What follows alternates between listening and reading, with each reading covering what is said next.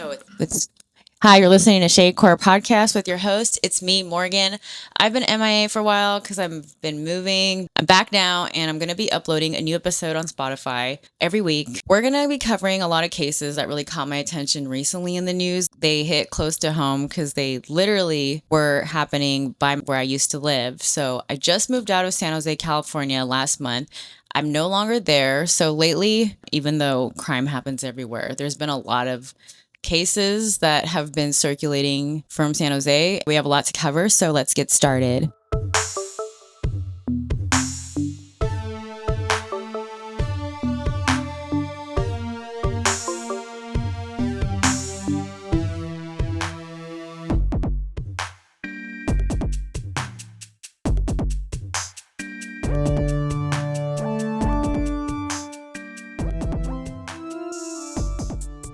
Before we get started, please be mindful that today's episode covers DV, brief mentions of SI and mental illness, and gender-based violence. If you're someone you know is experiencing DV, please reach out to a friend or someone you can trust.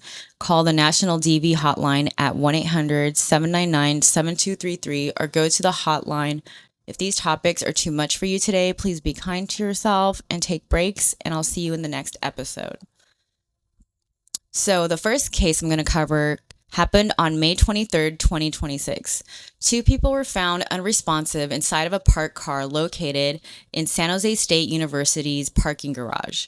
The discovery was made after a passerby who had seen the pair early that morning later noticed that the two had not moved for several hours. At first, the person who reported the scene thought that these two were sleeping. But after several hours and seeing these people just stay in that same position, they knew something was wrong and reported this to authorities.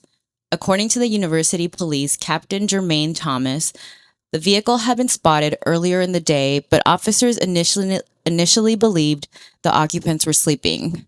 And upon arrival, rescuers attempted to resuscitate the two, but it quickly became apparent that it was too late. Both individuals had passed. And this story quickly caught wind from local residents for a few reasons. First of all, it occurred on a college campus. So people were wondering if these were college students, were they attending classes at SJSU?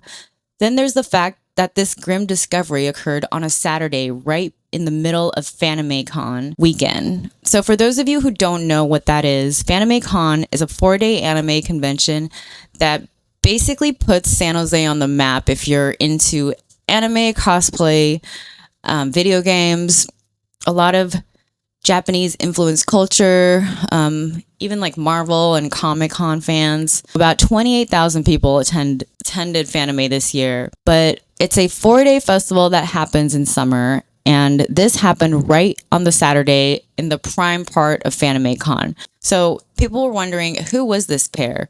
Were they students? Were they Fanime attendees? And it's never been confirmed if they were attending the event, but several weeks later, the Santa Clara County Medical Examiner identified the two as 26-year-old Angelo Henry and 30-year-old Desiree Alua Misa from Seaside, California, located roughly 70 miles south of San Jose. So a bit about these two victims. Angelo Henry was a mixed martial artist and fight promoter known in his community in Monterey County. He was a father, and he was only 36 years old. And then Desiree Victoria Alua Misa, She was 30 years old. She had children of her own, and she worked as a food and beverage manager at a hotel. As it turned out, the two were not university students, and it's not clear what they were doing that morning. This case is currently under investigation, and it says that they're not really looking for a suspect, and the public shouldn't feel like they're in danger. Which makes me think that they're concluding something quite obvious, but I don't want to jump to conclusions right now as this case is ongoing. But if that's the case, I wonder when the cause and manner of death will be shared. Desiree's sister has posted a GoFundMe. It stated, "My sister Desiree Victoria Alua Misa was a beautiful soul, a loving daughter, sister, friend, and above all, an incredible mother. Her children, Manea and Amari, were her everything, and anyone who knew Desiree felt the warmth of her love and kindness." She goes on to state, "As our family grieves her loss, we were We are also stepping in to make sure her babies are surrounded by love, stability, and support during this heartbreaking transition. I just wanted to post about it because I was in the middle of moving when I heard about it, and I go to Fanime each year, and that was just something that happened so close to home. Literally lived like blocks from that garage. So the next story in recent San Jose crime is like something straight out of a David Lynch movie. So they found a body in a waste facility, in a garbage facility, to make it very layman's terms. On June 10th, 2026, at around 12:50 p.m., officers were called to the GreenWaste Zanker Resource Recovery Facility. Ugh, that's a mouthful. In response to the discovery of a deceased individual inside the location of this waste facility, okay? The San Jose Police Department has said that this is an ongoing investigation. They want to know, obviously, how this person got into this waste facility. And the medical examiner's office is still determining a cause of death at this time. But what's more unsettling is that 8 days prior to this deceased individual being found in a waste disposal center, another person was found lifeless in another waste disposal facility, this time in San Leandro, roughly 30 miles north of San Jose, found on the morning of June 2nd. This second man was identified as 30-year-old Marcus Moore from Emeryville, California. He was discovered among the garbage that had been transported from the city of Hayward to the city of San Leandro. So that's in the East Bay now. So now this is happening in 2 different counties where 2 different people have been found in waste facilities. And it sounds awfully weird. Like, people are wondering, is this a coincidence? So far, there's been no proof or evidence out. So Marcus had been reported missing just a day prior. He was reported missing on June 1st, 2026, and tragically the next morning, he was found unalived. According to the missing persons report, Moore was last spotted walking away from his apartment in Emeryville on May 31st, and he wasn't seen since. So the investigators are now trying to piece together what happened in that 2 or so days time frame when Marcus left his apartment up until the morning that he was discovered. And I just can't imagine what his family is going through, discovering that your loved one was found in a pile of trash that had just been transferred from one part of town to another city. Knowing, your son was found in literal garbage. It's just tragic. Marcus was known to have been struggling with unemployment and mental health issues ever since the passing of his mother in 2019, and he leaves behind 2 children. Now, his father, Rex, is grieving and waiting for answers, and the medical examiner has not yet received a cause or manner of death. And Rex has openly stated Marcus was not shot or stabbed, but there was trauma to the body, but the details of this has not yet been released. An officer allegedly told Rex that Marcus seemed intoxicated in video footage preceding the morning he was found. So there is footage of Marcus coming out of an elevator wearing nothing but a pair of gray sweats, no shirt, no shoes. And that was one of the last videos seen of him. And Rex, his dad, has stated that he doesn't think it was a matter of his son taking his own life. He stated, "My son, if he had committed, he wouldn't do it in a dumpster, completely naked. My son was so OCD, cleaning the house, the way he dressed. He wore high-end shoes, leather jackets. That's why somebody had to have put him in the dumpster," said Rex Moore. Police have not yet said if there's any foul play involved, and Marcus is planned to be buried next to his mother following a celebration of his life. So now we have 2 people found in waste facilities in neighboring counties in the Bay Area. And just to be clear again, there's no connection between these 2 deaths at this time. So now I'm going to talk about some stuff that I'm like, it's not going to be easy to talk about. But recently, San Jose has seen an uptick in fatal DV cases. And this really needs to be studied because DV crimes seem to be on the rise. Nationally, while the number of most types of homicides have dramatically dropped, domestic violence deaths have remained at a historically high level, according to the district attorney's office. These stories are really infuriating to hear and really reflect on a lot of men having huge insecurities. And one word just comes to my mind, even though none of these cases I'm about to cover today are really being labeled as that. But that term that comes to my mind is femicide. So before I cover these cases, I just wanted to drop some information on the term femicide because it's been surfacing a lot in the crime world, at least in the podcasts I listen to. I shouldn't even say like surfacing a lot. So femicide is a term coined in the 1970s by British author and feminist Diana Russell. She defined it as the killing of females by males because they are female. And that sounds really plain, but it is the intentional killing of a woman or girl because of her gender, driven by gender-related motives such as misogyny, unequal power dynamics, a sense of male entitlement, or traditional gender roles. So, fun fact, Costa Rica became the first country to make this definition integrated into the legal system. America, unfortunately, doesn't use the term femicide in coded legal context.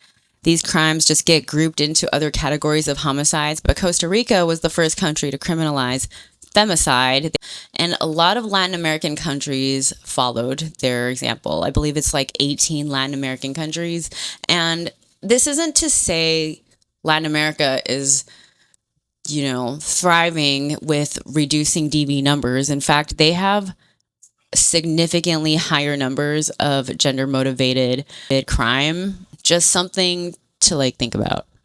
Because I didn't know that. I didn't know that Costa Rica was the first.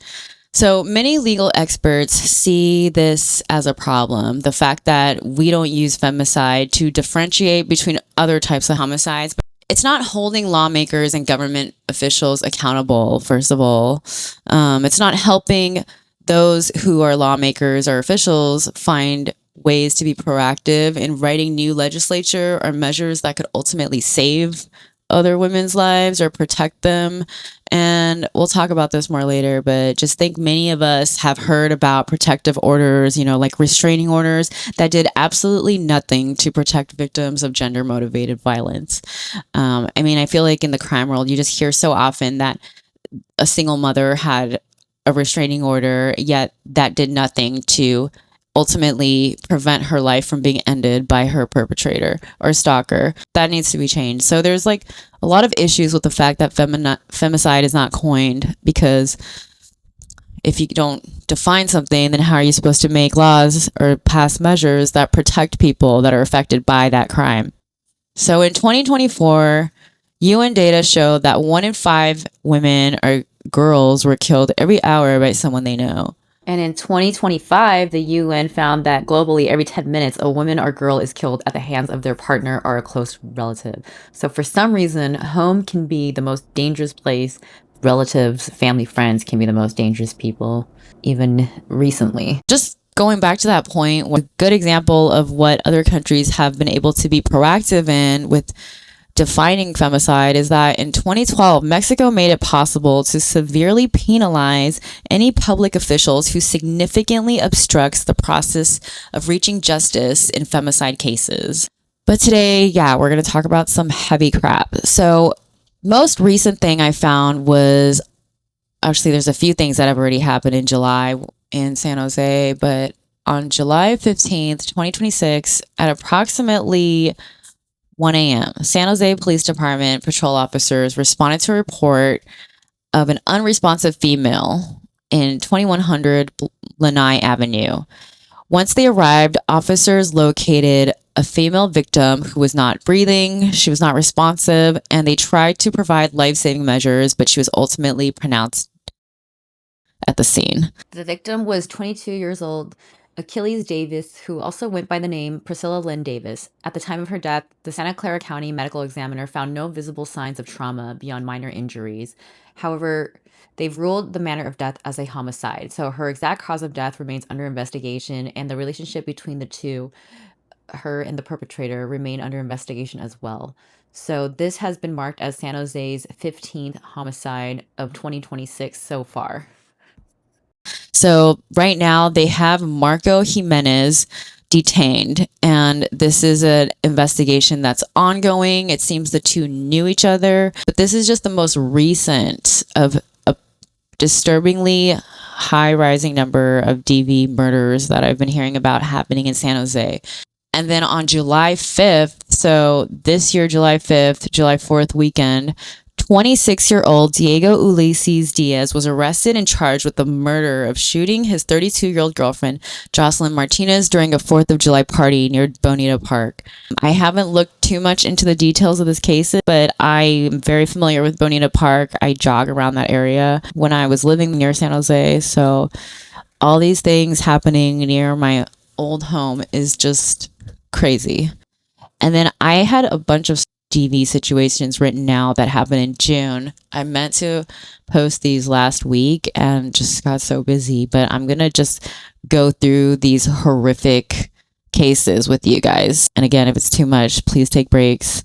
So on June 11th, San Jose PD made their way to an apartment complex on Descanso Drive after one of the building residents called police saying they had witnessed a woman getting stabbed.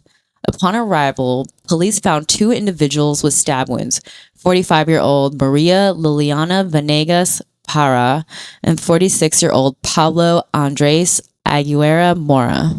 Okay, I'm just going to refer to the victim as Maria Liliana, and I'm going to refer to the other guy as Aguilera Mora. Both individuals were rushed to the hospital, but unfortunately, Maria did not make it. Right before she passed, Maria told investigators that Aguilera Mora had attacked her. As it turned out, the two had once been married, and legally on paper, they still were. Aguilera Mora had been stalking his estranged wife, Maria, for months up until her last days. He was previously arrested on March 18th for slashing Maria's tires and putting three, not one, not two. He put 3 tracking devices in her car. He had also sent her over 100 text messages, voicemails, shown up at her job, and even tried to get a job at her place of work. So just really creepy stuff, like really gives me the ick. His wounds, as it turned out, because remember, they were both found with stab wounds on June 11th at the scene. So his wounds, as it turned out, were self-inflicted wounds. So this guy is just a total piece of shit coward, because like, what was the point of that? So that people could feel sorry for him, or that they could think she was the perpetrator? Like, you just took the life of another person, your estranged wife, who wants nothing to do with you, and now you're going to injure yourself. So the medical workers at the hospital who are already scrambling to save your victim have to also tend to you. It just like, pisses me off. So the DA's office publicly stated that Maria had an emergency protection order after Aguilera Mora was arrested. So again, this goes back to what I was talking about. We don't have femicide as a crime in America, and then we have these really light protective orders that pretty much do nothing in a lot of cases. And also, there's always that sense of like fear when somebody with a restraining order has to try to get their restraining order like reactivated. That's a really scary time where there might be a lapse in the restraining order where it's lifted and suddenly they're not protected, and it already didn't do that much to like protect them before. But yeah, so okay, back to where I was. Sorry guys. The DA's office publicly stated that Maria had an emergency protection order after Aguilera Mora was arrested. Yet less than 3 months later, Maria didn't come out of this alive. And this was the fourth. Okay, I wrote this a week ago or 2 weeks ago. This was the fourth DV related murder that had occurred in San Jose in 2026. So Parra was originally from Colombia. She was a mother. She had dark hair and just was a very beautiful woman. On her GoFundMe page, which has since been taken down, loved ones shared, Parra was a devoted mother who loved going to the beach, offering insight to people she loved, and sharing wine with her friends. Her loved ones said she was an exceptional woman, joyful and full of dreams, whose positive attitude radiated peace and tranquility to those around her. So another mother who has lost her life, and it's also sad because the children are the bystanders and like collateral to all of this damage. And I'm talking about a different case now. So just 4 days later, on June 15th, roughly 45 minutes past midnight, Police were called to perform a welfare check at a home located at 5007 Snell Avenue in South San Jose. There, police discovered the unimaginable, what I could only describe as a horrendous bloodbath, because there, lying in her own blood in her own home, was the body of 49-year-old Xuan Zhang, unalived in one of the most horrific ways imaginable. She had been bludgeoned and stabbed to death after being struck repeatedly with a machete. Near the scene of the crime, investigators found a large machete with a blood-stained blade and 2 dumbbell-free weights. It became apparent that when the officers arrived, it was already too late, and tragically, Zhang was pronounced deceased on the scene. Right from the get-go, the perpetrator was pretty obvious because he didn't even try to hide it. 55-year-old Shida Mao was arrested right then and there, coming out of the house, coming from the scene of the crime with his hands above his head, like he had planned to do this all along and he knew what was going to happen. These two were married. Mao and Zhang share a son together. A family friend had called the police after receiving disturbing images from Mao, which showed Zhang in the aftermath of the crime, in a room with blood-splattered walls, and in the text that the friend had received from Mao, it stated that his wife was, and I quote, all beat up. Mao allegedly recorded videos on his cell phone of Zhang in her last moments alive, showing her injured and still moving and talking, asking for help, which is just so horrific because I imagine in her last moments, she must have just been so afraid and in so much pain. According to the San Jose PD detective Jose Montoya, the victim, Xuan Zhang, had been planning to divorce her husband. And as many of you know, when a person is planning to leave an abusive relationship or when they're trying to get a divorce, this can be one of the most dangerous times for a victim in DV situations. And it can be one of the times that they need the most support, the most protection, the most resources. And again, that's not always something that's available. Mao's roommate, the perpetrator's roommate and coworker, were later interviewed by homicide detectives that he saw Mao arguing with Zhang on the evening of June 14th in front of the Pearl Chinese restaurant in a shopping center, hours before the fatal attack happened. So again, these two were married. Mao and Zhang share a son together, and the son told investigators that the two got married in China about 10 years ago. Zhang immigrated to the Bay Area and moved in with her husband in October of 2025. And she told her son that Mao had strangled her just 2 months later from the time she arrived in America. She had been strangled by him in December of 2025. So this is just several months ago from today. She had not reported that. And I'm sure there's many reasons people don't feel comfortable reporting being strangled by your husband. First of all, she was an immigrant. She might not have felt like she had anywhere to go. She might not have felt like she would be able to communicate this with police. She might have been afraid of police. I don't know, but I'm sure there's so many reasons. And there's also probably a lot of guilt involved, like what's going to happen to her son, what's going to happen to her husband if she reports it. I just can't even imagine like all the things. Report it. Maybe she was hoping he would change. Maybe she thought this was a one-off.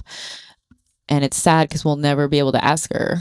And she might have feared retaliation. That's a really common reason people don't report it. Maybe she was just not wanting authorities to get involved. Again, they share a son together.